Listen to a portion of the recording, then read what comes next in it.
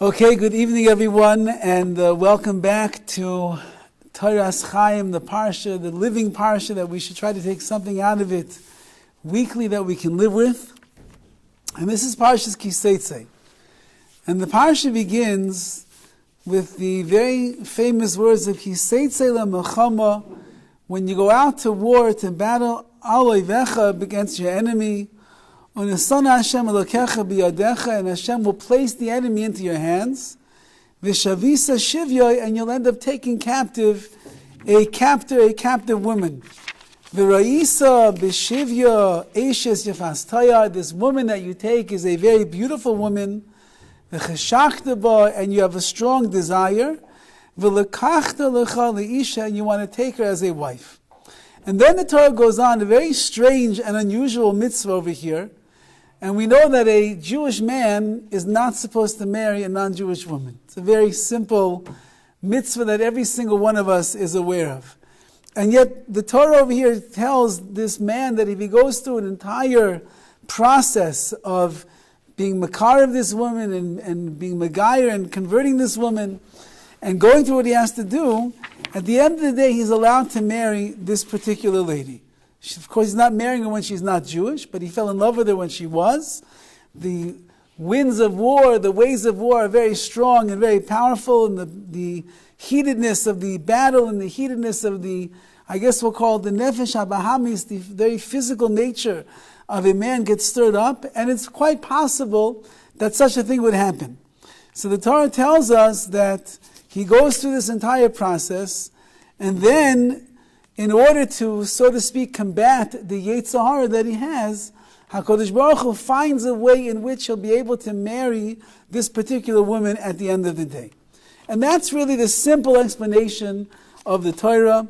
There's a woman, a beautiful woman, she's taken captive, as Rashi points out, that the nations were very tricky when they would come to battle, and they would take sometimes the most beautiful women, even the princesses, they would adorn them in their most beautiful clothing and their makeup and their jewelry, and they would place them out there in the battlefield so that the soldiers would see them, they would get distracted, and they would go along and they would fall in love with this beautiful woman instead of going and fighting in the battle. So the Torah allows for such a thing. That's what it says in the Torah, that's what it says in Rashi and the Rishonim. The Ohr HaChaim HaKadosh writes over here, that is the Pshat, of course, that's what the Torah is talking about. But he has what's called Drush, he has that the Torah is teaching us another lesson as well. And that's really the lesson that I want to speak about tonight, as the Ohr HaChaim HaKadosh goes through it so beautifully, and we'll see in the other Mefarshim as well how to explain it. And he says, Ubederech Remes, there is a hint in these words that we should learn. And he says, Hine kol binyan ha'olam v'kiyumo tali b'maisa im b'nei Yisrael. Everything that takes place in this world, is based upon b'nei Yisrael, based upon our nation. Im yativu darcheyam ha'olam kayim, if Klal Yisrael will improve its ways, and we will behave in the manner that HaKadosh Baruch Hu wants us to, so then ha'olam kayim, the world will exist, it will endure. V'yismuch hashamayim, and the heavens will rejoice. Then he goes on to say that, of course, we understand. V'yeshad archem shal Yisrael tali b'nitzachayin Yetzer Hara. How is a Jew going to ensure that they are able to better their ways in this world? How is a member of Klal Yisrael able to make certain that they are going to darcham shal Yisrael, that the ways that they will go in are going to be those pathways that HaKadosh Baruch Hu will find pleasure in? Says the Ohr HaChaim, the only way that a person can do that is b'nitzachayin Yetzer Hara, if they conquer the Yetzer Hara. There is no way in a person's life that they will be able to constantly do what is right and steer clear of what is wrong, unless they learn how to conquer the Yetzer Hara, the evil inclination that is residing inside each and every one of us, and resides inside of the world at large. But if we don't learn how to conquer and to battle that, there is no way that we're going to be successful. And he says that's exactly what these verses in the Torah are talking about. Uba kasev lahaya, the verse is coming to awaken us. Adam ki v'yitziasa me'olam me'alyon. And this is based upon the words of the Zohar, the very famous words. There's a neshama that everybody has that is up in Shemaim, it's up in the Elyonim, in the loftier spiritual worlds. And it's up there and it's enjoying itself. It's basking in the glory of the Shekhinah. It's surrounded by malachim, by angels, surrounded by other beautiful, radiant neshamas. It's as close as it could be, apparently, to HaKadosh Baruch Hu. And while it's up there, it only dreams of staying in that monumental place where it's able to be close to Hashem. And then HaKadosh Baruch Hu comes along and he says, my dear child, it's time to go down into this world. And the neshama and HaKadosh Baruch Hu, they have an argument with each other. The neshama says, I'm very happy up here. And Hashem says, yes, but that's not why you came here. He says, so what I come here for? He said, you came to go down to that world. And he looks at that world and he sees a place called Tarzana, California. And he says, you know, Hashem, when it's 112 degrees in Tarzana, California, 95% of all of the women forget to get dressed in the morning when they walk outside. Why would you want me to go down to that world and be exposed to all of that? You know that in Tarzana, California, even the kosher restaurants are playing non-Jewish music when you walk inside. Why would you want my ears to hear such a thing? And you know that in Tarzana, California, there's something called billboards, and the billboards are extremely inappropriate for the beautiful neshama that you have given me. Why would you want me to go down into that world, HaKadosh Baruch Hu? And Hashem says to the neshama, although all of your points are valid, and they are good, and they are true, the reason that I created you was to go down into that world, correct yourself, correct the world around you, and make this world into a better place. That's why you're here. And you can't do that up in the heavens. A neshama can only succeed down here in this world. And therefore, says the Or HaChaim HaKadosh, that when the neshama is coming down here into this world, it must be prepared to fight. The neshama that is coming down into this world must be ready for the milchama, for the battle. We look at the war that has been raging on between the Russians and the Ukrainians. And when Russia began the battle, they were certain that the Ukrainians were going to be ill-equipped. They weren't going to be expecting it. They don't have a big, bold army that could fight the war. They don't have the weaponry. They don't have the ammunition. They don't have the intellect or the intelligence. And yet, the Ukrainian people decided that if there's a battle that's coming against us, we're going to battle against them. And to the shock of the Russian army, and although Putin will continue to say, we're still winning, nobody, I don't know if anybody's winning at this point. However, they began to fight the battle, and as the nation has banded together and fought the battle that is at hand, they are actually winning many key places where it wasn't expected. Says the Or HaChaim, you're coming into this world. Not an easy world. It is literally time bombs everywhere that you walk, everywhere that you go, everywhere that you look. There's time bombs all over the place. You step on the wrong place, that's it, that's the end. There's a battle that is going on around us everywhere that we look. You must be prepared to fight. Because if you're not going to fight, so then you're just going to lose. You don't even realize that you're in a battle. You don't realize that there's soldiers, armed soldiers that are coming at you with all of their arms. And therefore, says the Or HaChaim the following idea. And he says like this, a person should not think ever that they could handle the Yetzer Hara without putting in their best and being misgaber and strengthening themselves over it. It's not a shoo-in. The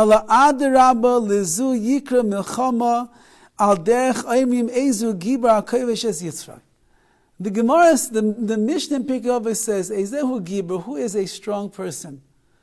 And we often think of the strong person as the one with the bulging muscles and he can bench press the most and he is mighty as could be. However, the Mishnah tells us over there that the real Gibor, the real person who is strong, is the one that is koivesh, his Yetzer, who conquers the Yetzer Hara. And the only way that a person could conquer the Yetzer Hara is if they are someone that is constantly on guard and battling and fighting the Yetzer Hara that is coming their way. And therefore goes on the Or Chaim with a very long, beautiful explanation. It's worthwhile in your Shabbos, long Shabbos afternoon, to pick up a copy of the Or Chaim and see what he says on each and every pasuk over how it works. But basically the Torah is giving you the recipe and the plan of how you can come into the world, face the battles of the Yetzer Hara, and you have to, like it says over here, you shave it down, you let the nails grow long, you reveal this woman for what she is, and you see that she's just skin and bones, there's nothing there, maybe you'll fall out of love with her. So we reveal the Yetzer Hara, we take off all of its masks and all of its smokescreen to see what it is behind the scenes. And behind the scenes, the Yetzer Hara is just a force that was put into this world to try to destroy us. Why would you want to get close to someone that wants to destroy you? You wouldn't embrace your enemy. You wouldn't love your enemy. You wouldn't listen to what your enemy has to say. You would run away for your dear life to make sure that you could save yourself. The Yetzer Hara is the greatest enemy that anybody in this world possibly has. And his mission is just to destroy you and make your life miserable. So why do we embrace it then? Says the Or Chaim, the reason is because when you came into this world, or when you're living your life, you don't realize that there's a battle that's going on. And the battle that we must fight is constant. Your eyes have to be open. You have to be well versed in the guerrilla warfare of what it means to conquer a Yetzer Hara. And then and only then is a person going to have the wherewithal to be able to overcome what they need to do. It's reminiscent of what it says in the beginning of the Orchos Tzadikim. He says that there was once a group of soldiers that were coming back from the battlefield and they were cheering. They were so in ecstasy that they won the major battle, they beat the enemies, they pillaged them, they took the booty, they got it all for themselves. And as they're coming back into town, there's a certain chassid, a righteous individual who says, "What are you so excited about?" And they said, "Oh, we just won such a battle. We conquered the enemy. We defeated him. We're warriors." And the man said to them, "I don't understand what you're so excited about. You're cheering over the fact that you defeated this army. There is a much greater enemy who lurks at every single corner, who's constantly trying to defeat you and bring you down, and he doesn't give up so easily. You can shoot him down." The Gemara says that the Yetzer Hara is like a zvuv. It's like a fly. What does a fly do? We just had a bee just flew in. Don't worry, he's not in here yet, but he flew in to the front of the shul. So what happens when that bee flies in? First of all, you get scared. That's number one. But you try to swat it away, and it flies back. You swat it away again, it flies back. You think you get these big lungs, thought you got it, then you see it's not there, and it's right on your face, right? That's the Yetzer Hara. The Yetzer Hara, you think you swat it away just like that. You think you got rid of it. And then it comes back again. You swat it away in the other direction. And you think sometimes that you smashed it, you got rid of it, it's gone, and comes right back. Right in between your eyes, right into your heart. The Yetzer Hara doesn't stop. It doesn't leave. It's constantly there. And the only way that a person will have the merits to be able to overcome it is if, in fact, they are going to realize that we are walking on a battlefield all of the time. And a person who wants to conquer, who wants to beat that Yetzer Hara, he's got to be on guard all the time. There's a beautiful book, I think it's called Amidst the Flames. I think that's what it's called. It was written about one of the famous Holocaust survivors, of Yosef Friedfeld, I believe. And he went to Auschwitz. And when he was in Auschwitz, he said that the only way that he was able to keep himself above the grain of all the tragedy that was going on there was that he would find the power of the spirit of mankind in those darkest and deepest moments in history. And he said that he had a certain hero in the bunk that was his example of, even being in Auschwitz, a person can struggle in the battles, in the milchama, in the wars of the Yetzer Hara, and even there where you would think that it's not even possible, they could overcome the Yetzer Hara that came their way. And he said the story was, there was a man, I think his name was Binyamin, who one day wasn't feeling well. And so he didn't have to go out into the fields and work and everything that the other inmates were doing. And he stayed inside of the barracks. And while he was in the barracks, he was making beds, and he found, lo and behold, that he shared a bed together with one Jew and one Polish farmer or something. And the Polak forgot to eat his slice of bread in the morning. And he ran out of the barracks to go to his work, and the bread was lying there on the sheet where he was making the bed and going to rest for the entire day. So Rav Yosef Friedland says the following idea. He says, could you imagine? Here you have a man. He's emaciated. He's dying of hunger and of thirst. He's not feeling well today. So much so that he's not feeling well that even the Nazis told him, you don't have to go out to the fields. You don't have to work today. And he's lying in the barracks all by himself, and he finds lying on the bed a slice of bread. Bread was worth more than $1 million in that time. One slice of bread was worth more than $1 million. He said, what did this man do the entire day? What was he thinking to himself? He's thinking to himself, no one's in the barracks. No one's here to see. The guy's a fool. He didn't eat before he ran out to go and do his work. Will anybody know that I'm the one that took his slice of bread? Nobody will know. And even if they'll accuse me, I'll deny it. So what's the big deal? He said, but you know what? It's his bread. It's not mine. And if I would take it, I'm stealing. And then the Yetzer Hara comes in and says, so what? Nobody owns anything over here. The Nazis, Yimach Shemam, have taken everything away from everybody. They took away your identity. They took away your dignity. They took away your family. They took away everything. The bread doesn't belong to anybody. Just take the bread. So the whole day, Binyamin is battling back and forth in his mind. Should I eat the bread? Should I not eat the bread? Should I eat the bread? Should I not eat the bread? And at the end of the day, he decides not to eat it. And he said, Rabbi Yosef said that when we walked in at the end of the day, and this big Polish farmer who was sharing the barracks with us came in, and his bunkmate Binyamin came over and he said, is this your bread? The Polak opened his eyes in awe, and he said, you didn't eat the bread? And he said, it's not mine, it's yours. I saved it for you. Said Rav Yosef Friedenson, I saw in that the triumph of the spirit of a person in the clutches of death, in the darkest moments of the annals of history in Auschwitz, where there's Gehenna and there's death all around.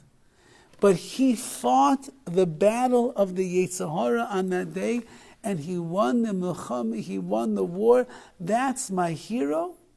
And he said, that's my role model in life of what it means to be a true Jew, a person in this world. And that's what the Or HaChaim is saying. That when the neshama comes down into this world, it comes into this world for one thing and one thing only, to be engaged in a constant battle and a war. And if you don't have the hisgabrus, you don't have the strength, then certainly a person is going to lose the battle very quickly. So I want to share with you the words of the Vilna Gaon, and the Vilna Gaon explains the way in which the Yetzer Hara works in our minds, in our lives, and he has basically a 4-level pathway that the Yetzer Hara takes, and if we'll understand the way that these things work, then perhaps we'll be clearer the next time he comes and rears his ugly head in our lives. And he says like this, Ein derech hayetzer hara midchilu lahavtzir la'avir. The yetzer hara is not a dummy. He's not stupid. He doesn't come right away and say, come on, do this chait, do this aver right now. Come on, go turn on the light on Shabbos. He doesn't do that. And then come on into the Treif restaurant and eat the Big Mac everybody said is the best thing in the world, and it's a fraction of the price of what it costs for a burger and a hot dog at Ventura. Come on, come inside of here. The Yitzhar doesn't do that because he knows you're not going to fall for it. You're too smart. First, he shows him a lot of ava, a lot of love. The Yitzhar comes and he embraces the person. He gets into his heart a little bit. He massages him. He gives him nice things to think about. He shows him a little picture over here, an image over here. He shows him some other people in the world that have given into the Yitzhar already. And he shows them they're not so bad. They're making a lot of money. They're very happy. Everything is grand. He shows them ava for his, I'm your friend. Ra, Ra itself, Reish Ayin, is the same word for Reya, which is friend. The Yetz, right? Ve'afta le're'echa kamecha. You should love your re'echa, Reish Ayin. You should love your friend the way that you love yourself. The Yetzer Hara tries to present himself as your Reya, as your friend, and he shows you how much he loves you. Now, says the Vilna Gaon,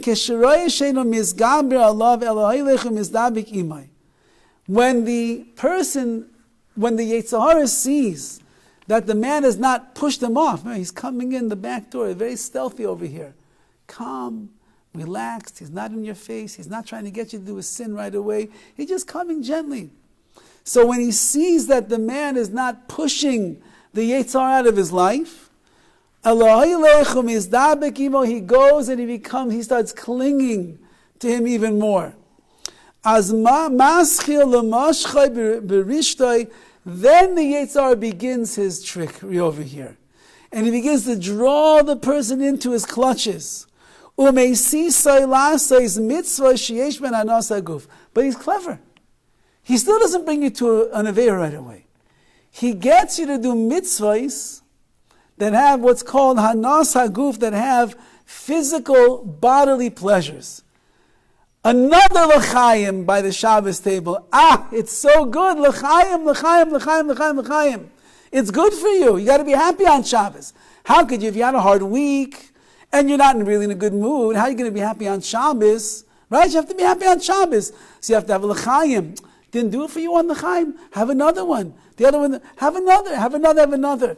There's a mitzvah to have ta'anug, to have pleasure on Shabbos.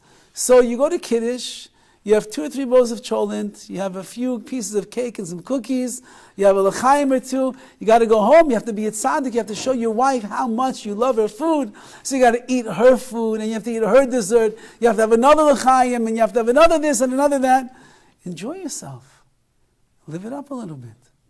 What's the problem? The Torah is about pleasure. It's a good idea, you have to get a good sleep at night. So, you go in, you get a nice comfortable bed, you go into the bed at night, you say your Kriya Shema, you get a comfortable sleep, but you wake up a little bit late, it's okay. It's important that you are well rested for the next day ahead of you. And so he begins to show the person all of the mitzvahs that are having to do with the guf, with the pleasures of the body.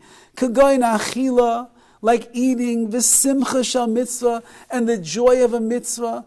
Go and, you come Sukkot, it's like the happiest day. You just dance and dance and dance and dance. You don't have to learn. You don't have to say brachas. You don't have to daven. Just dance. That's it. It's the simcha shel mitzvah. Make yourself happy. That's what it's all about. So, the Yetzer Hara still has not spoken about a single Aveira yet. It's all he's our friend. He loves us. And he's showing us how geschmack mitzvahs are. Eating is good, drinking is good, dancing is good, enjoying the sunset is good. Everything is wonderful. Now, when this person gets accustomed to all these pleasures of the mitzvah, then he says, okay, let's take a small departure from the world of mitzvahs, And let's come now in to the world of the taivas, of the desires of Olam Hazeh, of this world. And the Yetzer Hara says to the man the following, listen, buddy, you're going to succumb to the taivas of this world. You're going to stumble into things that, yes, it's true that you shouldn't do it. We know that. But you know what's going to happen? You'll do tshuva. So what's the problem? HaKadosh Baruch Hu made such an amazing world. He knows everybody's going to do a sin. He knows we're going to succumb to the hate that's around us. But HaKadosh Baruch Hu, in His infinite kindness, what did He create before He made the world? He created tshuva. Why did He create tshuva? Because Chazal tell us. HaKadosh Baruch Hu knows that everybody has a Yetzer Hara that's Ra Minu Rasav, that's evil and wicked from its childhood. He knows that there's these inclinations and these desires that we have to do the wrong thing. So Hashem said, how could I make a world where mankind is going to be trapped into sin and they'll never be able to get out of it? So He made something called tshuva. It's an escape hatch that HaKadosh Baruch Hu made in the world to bring us to freedom and to sanctity. So comes the Yetzer Hara and he says like this, listen, you enjoyed the schnapps? You enjoyed the l'chaim? You enjoyed the cholent? You enjoyed the kiddush? Life gets even better than that. When you will succumb to the taivas, to the base desires that you have inside of yourself, and you will give in to things that the Torah says you're not supposed to, you'll have such an enormous pleasure. You're going to feel guilty? Don't worry. Even if you feel guilty, you will certainly do tshuva afterwards. Because you're a Yid, right? You're a frum Jew, aren't you? So a religious Jew will certainly do tshuva. And sheyaseh achagach tshuva me'ava, you'll do tshuva out of your love for HaKadosh Baruch Hu. Sheyaseh lo me'averos zechuyos. And I have even better news for you, he says. Chazal tell us, this is the Yetzer Hara is so frum, he's quoting Chazal left and right. Chazal tell us that if you did an Aveira, but then you did tshuva me'ava, you did tshuva because you love Hashem and you realize you made a mistake and you want to get closer to Him, He converts the Aveira that you did l'schuyos to merits, so then all the Aveiras that you did, they now become meritorious on your behalf. So he said, I have the best of both worlds. You can do the sin and still get the merits afterwards. What kind of deal could be better than that? So the Yetzer Hara now is working on this person in this way. Says the Vilna Gaon. That's number 3. Number 4. Now you have a person who is now entrenched. Remember, he gets entrenched in the Aveiras. He gets entrenched in the Tanugim and the Taivas of this world, but he doesn't do tshuva so fast. Nobody who sins does tshuva so fast. It doesn't work like that. Maybe the great tzaddikim of the world who are looking to avoid Aveira, they will do tshuva quickly. But the average person who is involved and entrenched in chait, he's not doing tshuva very quickly. Says the Vilna Gaon once that the Yetzer Hara has pushed you off the path of life. The path of life, as the Vilna Gaon will say later on, is mishtadel la'alais tamid ma'ila, that a person should always be working to go up and up and up. Because if you don't, al korcha yered mata mata, then you will certainly be going down and down and down. That's it. You only go up or you go down in this world. The derech chaim, the way of life. What is life? Life is when you're alive. When is a person alive? A person is alive when they are actually fighting the battle, winning the wars, and moving up. This person just lost the battle. He was seized and taken captive by the Yetzer Hara. So if that's the case, says the Vilna Gaon, that this person now has been marchi, was pushed off from the way of life, as ein tzarech oilaf toisai. The Yetzer Hara doesn't even have to try to seduce him and trick him anymore. Ki hoylech acharav mi'atzmo, the person will now be running after the Yetzer Hara by himself. All these first 3 things over here, says the Vilna Gaon, is that a person is going to be duped by the Yetzer Hara. He's fooled by him. There's a battle that's going on. The man doesn't even realize that he is in a battle, like the horse. The horse, when it runs in the battle, does he know that he's going into battle? That's the magic of a horse. You put the blinders on its eyes, you give it a good kick, swift kick, and it goes straight into the battlefield. There's swords flying, there's weapons, there's guns that are being shot, and the horse just keeps going straight. Why? Because he doesn't realize there's a battle going on. He's a horse, he's a beast of burden, that's what he does. He just goes running wherever his master tells him. A person who's being ruled by the Yetzer Hara, he's no better than a horse that's running into the battle. He doesn't even see that there's a war. He has no idea what's going on. He's just running and running and running and being told, that's the direction you should go in. Says the Vilna Gaon, it gets to that point where the Yetzer Hara now can go and bother somebody else because you're already done. And since that you have already followed him, you will now continue. Hailech acharav mi'atzmai. The person will go after them all on their own. Now, v'kasha horgo leilech b'shuas libai. Once that the person is accustomed to going along in life in what he calls shrirus libo, the weakness of his heart, nisavegam lidvarim sheim b'tev adam lisavoslam. Then he writes over here, you'll start desiring many, many other things that you never had in your mind that you want to take into your life. Why? Because once that a person is entrenched and overwhelmed by those taivas, by those desires, anything goes. If you want any example of that, just look at the world that we are living in today. The world that we are living in today, let's say outside of the frum world, the world that we are living in today, the world of this wild generation that is taking place around us, the licentiousness and the immorality and the lowliness that mankind has stooped to, where did that come from? It came from that once that a person is controlled by the Yetzer Hara, that's what the Vilna Gaon is saying, so then they will run after many, many, many different things, even if they never imagined. Could you imagine that if Thomas Jefferson would see an all-gender bathroom in the White House, he would roll over in his grave. He would never imagine that there would be such a thing. If Ronald Reagan would see what was going on college campuses in America today, he would want his jelly beans back. And every single person in the world today that's a part of that world, of the Yetzer Hara, they think that everything that is going on around them is 100% normal. It's all the way it's supposed to be. How did the world spin out of control the way that it is right now?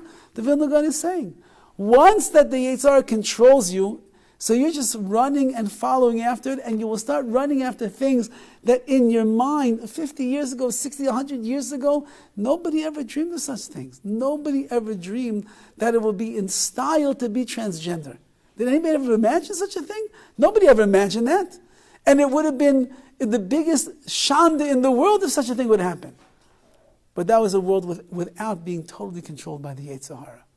Now we're living in a world where the Yetzer Hara is in total control over mankind.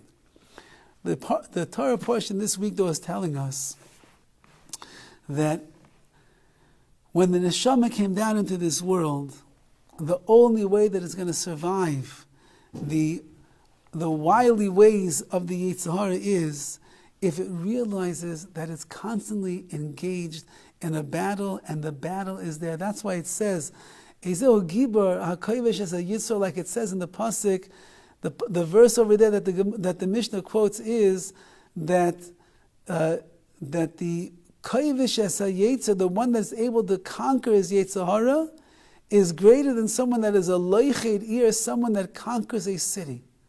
Conquering a city is easy. If you've got tanks and you have F-15s and you have bombs and you have machine guns and you have torpedoes and you have the like, you can go and you can conquer a city, no problem. Especially if you're a bigger army and you're a stronger army, you've got more artillery and you have more intelligence and weaponry, no problem. You can go and you can conquer a city, a nation, a country. It's all yours. But to conquer yourself, to conquer the Yetzer Hara that is tailor-made just for you, who's thinking constantly of new ways to devise going against you, to pull you away, to grab you into what it wants you to do. Someone that is misgabis, someone that is strong enough to conquer that is more magnificent than the person who conquers the city. And that's really the Gemara in Sukkah, Daf Mem Beis, where the Gemara says over there that la'asi lavai, that when Mashiach will come, HaKadosh Baruch Hu is going to shech the Yetzer Hara. He's going to shech the Yetzer Hara. He's going to reveal in front of all the tzaddikim and all the Rishayim, he's going to bring the Yetzer Hara up there, he's going to pull out a shechita knife, and he's going to shecht the Yetzer Hara. Says the Gemara, halalu beichim, halalu beichim. The Rishayim are crying and the tzaddikim are crying. V'afilu HaKadosh Baruch Hu bach, even HaKadosh Baruch Hu begins to cry. Says the Gemara, why is everybody crying? So the Rishayim start crying, the wicked people start crying because they see the Yetzer Hara was just a chut hasayra, it was so small. If they would have just buckled down, they would have been able to overcome it and to defeat the Yetzer Hara.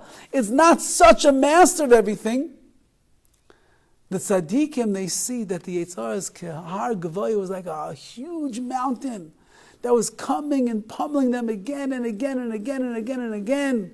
And they start crying. And the Marsha asks, why? First of all, what's going on over here? For the tzaddikim, it's a giant, and for the Rishayim, it's small? How does that work? A Yetzer Hara, if the tzaddikim are constantly conquering the Yetzer Hara, so then it would seem that it's a small Yetzer Hara. And if the Rishayim are constantly falling to the Yetzer Hara, it would seem that it's a bigger Yetzer Hara. But that's what the Vilna Gaon is saying. Once that a person gets chap, they get grabbed by the Yetzer Hara, and they give in to it at all costs, the Yetzer Hara doesn't have to work hard anymore, because you're running after it. It's like a hair's breadth. It does almost nothing. In the life of the Rishayim, in the life of the people that are giving into their desires all the time, the Yetzer Hara is not working. You are running after him, he doesn't have to run after you. But tzaddikim are constantly fighting against the Yetzer Hara. They do not want to give in. They do not want to succumb, because they know if you succumb once, it's easier the second time around. And you do the second time around, it will come easier the third time around. So they're constantly battling, and the Yetzer Hara is throwing up new smoke screens and his new battle plans and new guerrilla warfare that he has. And therefore the Yetzer Hara of the tzaddikim is gigantic, it's enormous. So the Marsha asks, if that's the case, why are the tzaddikim crying? They conquered the great Yetzer Hara, and they did it every single day of their lives, hundreds of times a day.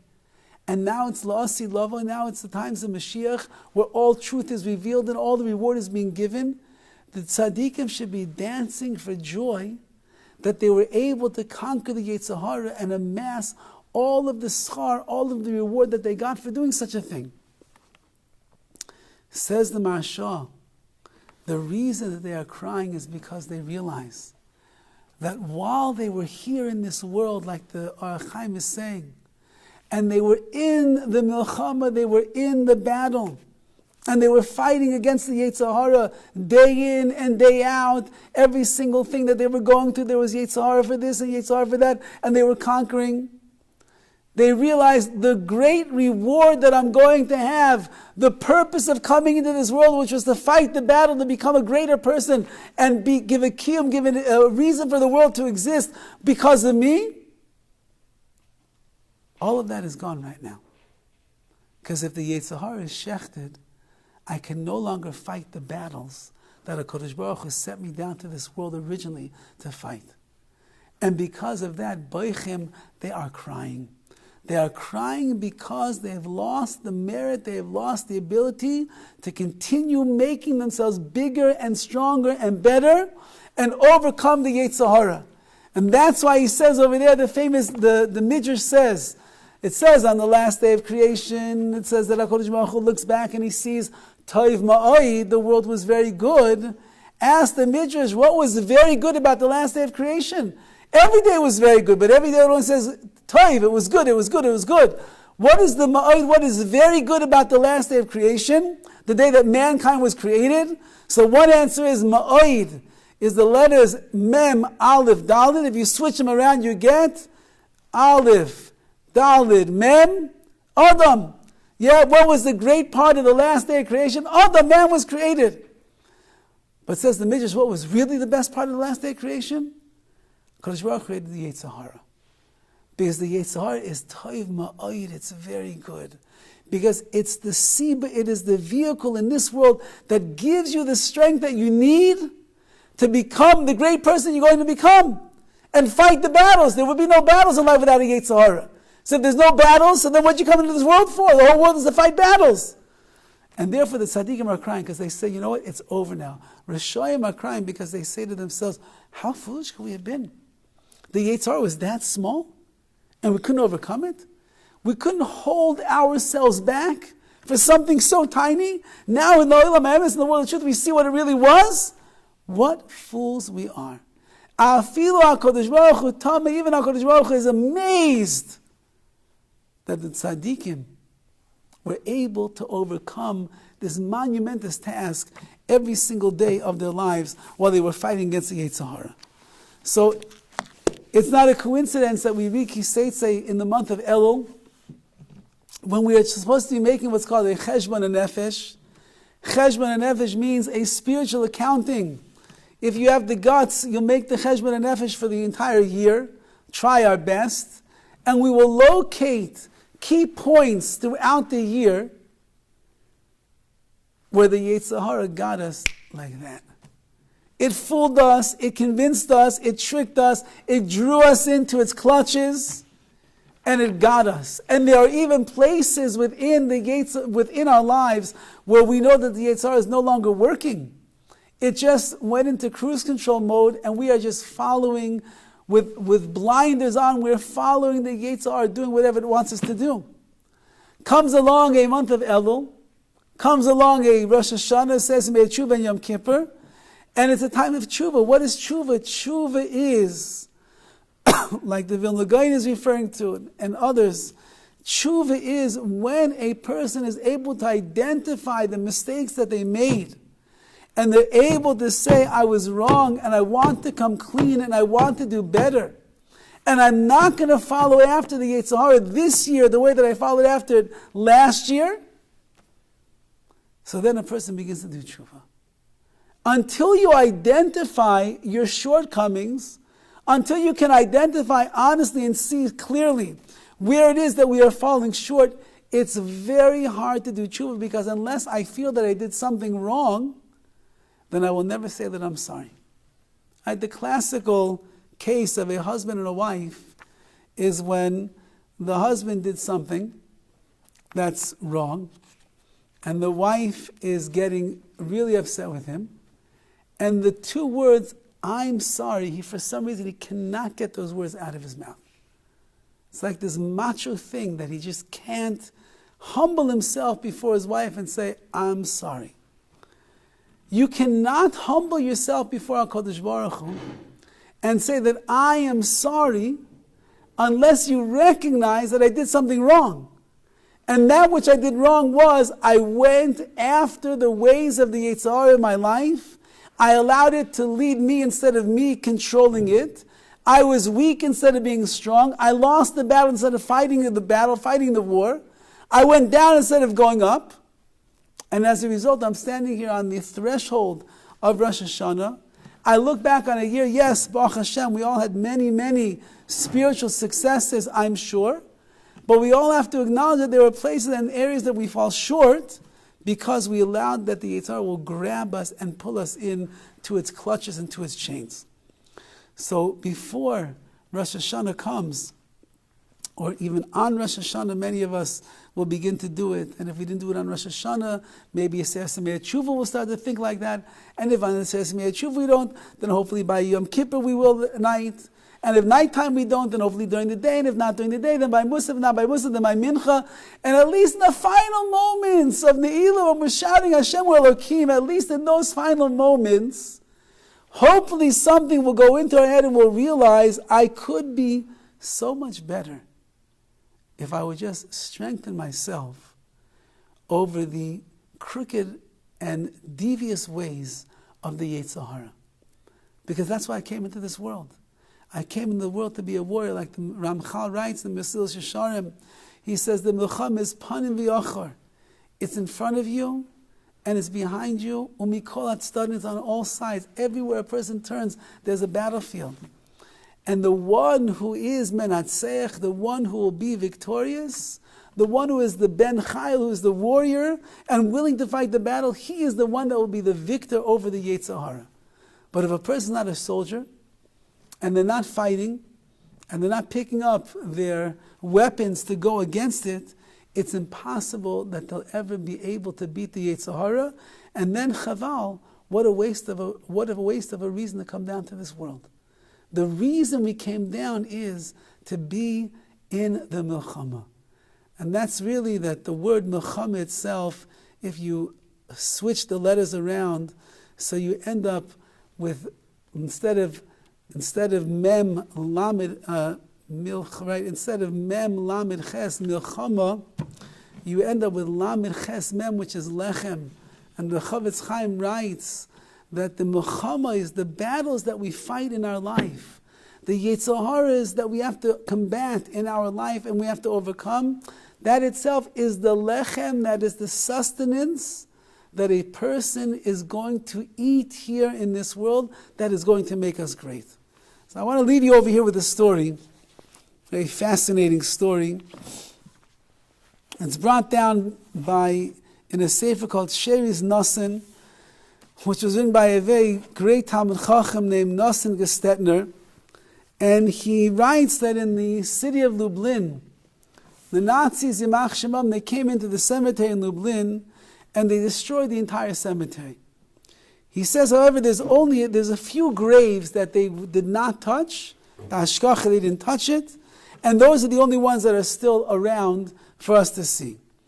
And he said that at one point in that cemetery, there used to be a kever of a lesser-known tzaddik, and it said on the matzeva, on the tombstone, it said, here lies a bacher, which means a single boy, a tailor, he was a tailor who stitched thread, who triumphed over his Yetzer Hara more than Yosef HaTzadik.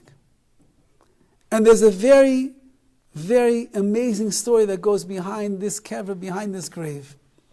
There was once a boy, his name was Yoel. And Yoel was the apprentice of the tailor. And he worked very, very hard. He exerted himself. He had an excellent reputation in the town. And before long, the Poritz, as anybody who knows the way that he used to work in Europe during those days, so every piece of land had a Poritz who was the landowner, and the Yidden had to rent out the land from the Poritz. And all the Jews who owned homes, who owned farms, who had stores, who had taverns, if it was in that land where the Poritz was, so it was a very scary relationship. If you pay the Poritz on time, then he could be nice to you. If you don't pay the Poritz on time, the landowner, the Goyish landowner on time, you're in big trouble. And the Poritz was constantly coming and threatening the Jewish people and demanding more from them, and he wanted more money, cough up this, cough up that. So it was a very tenuous relation between the Jews and the Poritz of that town. The Poritz found out about Yoel the tailor, and he commissioned him that he wants him to come to his home. The Poritz had a huge palatial estate.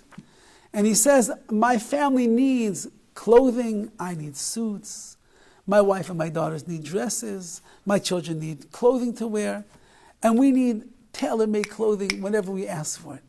So I want you to come and live. I want you to come to my palatial estate. I'll give you a nice sized room. I'll give you all the material that you need. I'll give you all the tools that you need, and you will be able to make the most beautiful clothing for me and my family. Now Yoel understood that when the Poritz tells you you're going to become my personal tailor, you have no choice in the matter. You can't argue with the Poritz, say, well, I'm a nice Jewish boy, I don't really belong in your house, I'm not going to be there. No, if the Poritz says you are my tailor, you become the tailor of the Poritz. But he's a very strong-minded person, and he went into this palatial estate over here, and he was welcomed into the house. He gave him right away a large order to fill. He gave him a place in the palace where he could work comfortably, and he got to work. And he worked diligently, and he was producing one fine-looking garment after the other. One day the Paritz walks into the workshop of Yoel the tailor, and he tries to engage him in conversation. But Yoel understands he's a Jew, he's a frum Jew, he might not be the most learned man in the world, but you don't start getting involved with the Paritz. And therefore he didn't engage in conversation.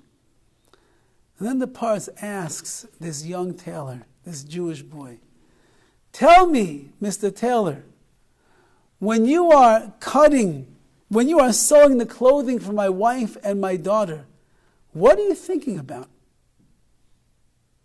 It's mamish the Yetzer Hara. Yeah, the Paritz was the Yetzer Hara. He wanted to hear some kind of juicy, kind of words.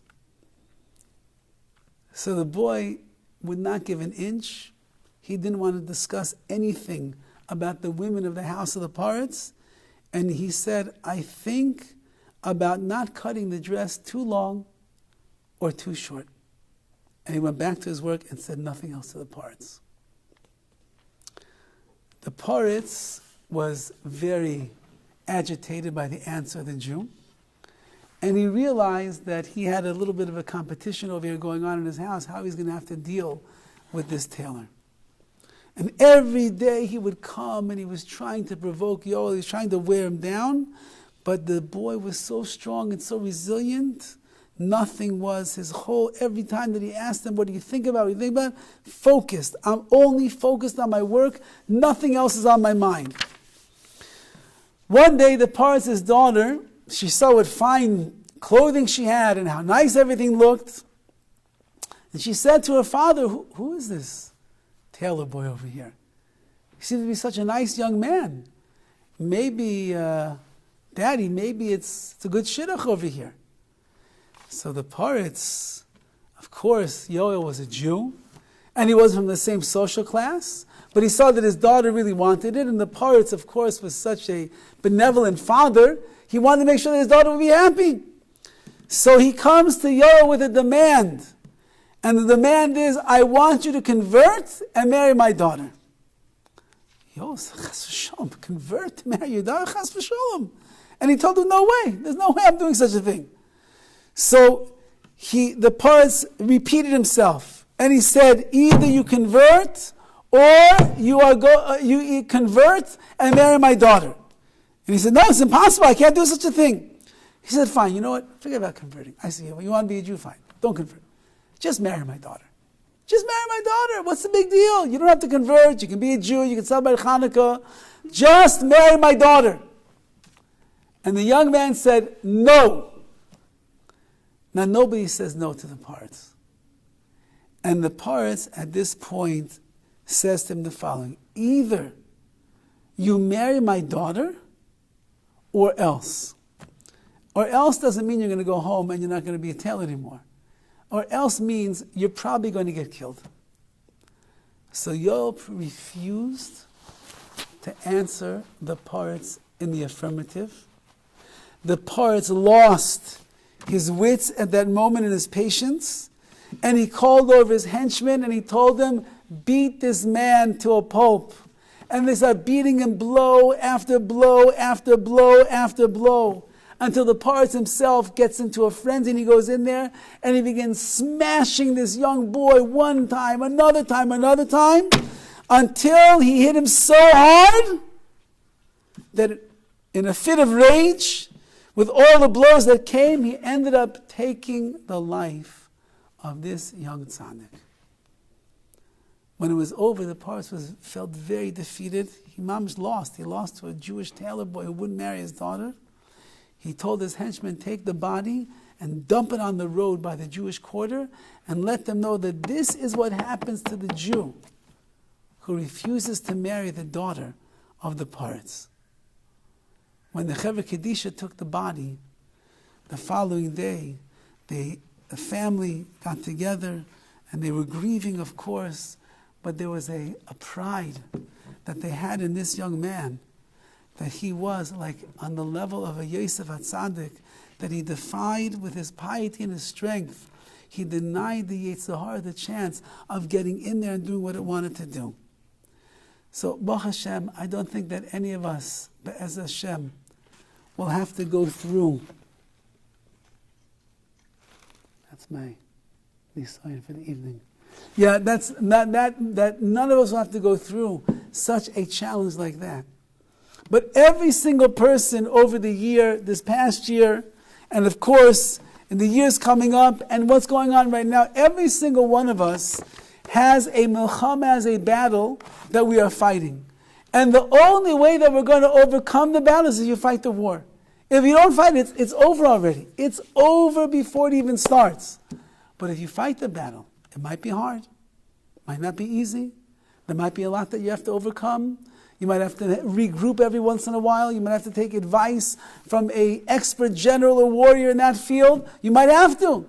But if you'll fight the battle, that's how we came down to this world, so that you'll fulfill what it is, the reason you came to the world, and then Be'ez Hashem Yisbarach, we will overcome the Yetzer Hara. We will show HaKadosh Baruch Hu on Rosh Hashanah and Yom Kippur that we are aware and we are in tune with that which we are going through, and we want to become better for the up and coming year. And then, as the Chassid said to the men that were returning from battle, yeah, it's true, you fought a war, you fought Ukraine, you fought Germany, you fought Russia, all fine, great.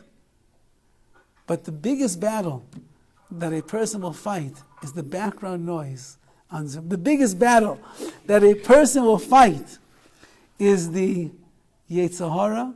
And if a person is able to do that, then Be'ezus Hashem Yisbarach will be the warriors. And if you're a warrior, says the Mesilas Yesharim, you'll be a victor. And if you're a victor, then you're fulfilling the purpose of why we came into this world, to fight the Yetzer Hara, to beat the Yetzer Hara, and to keep our allegiance to our HaKadosh Baruch Hu.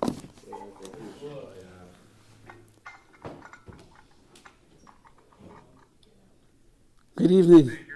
Pleasure. Pleasure.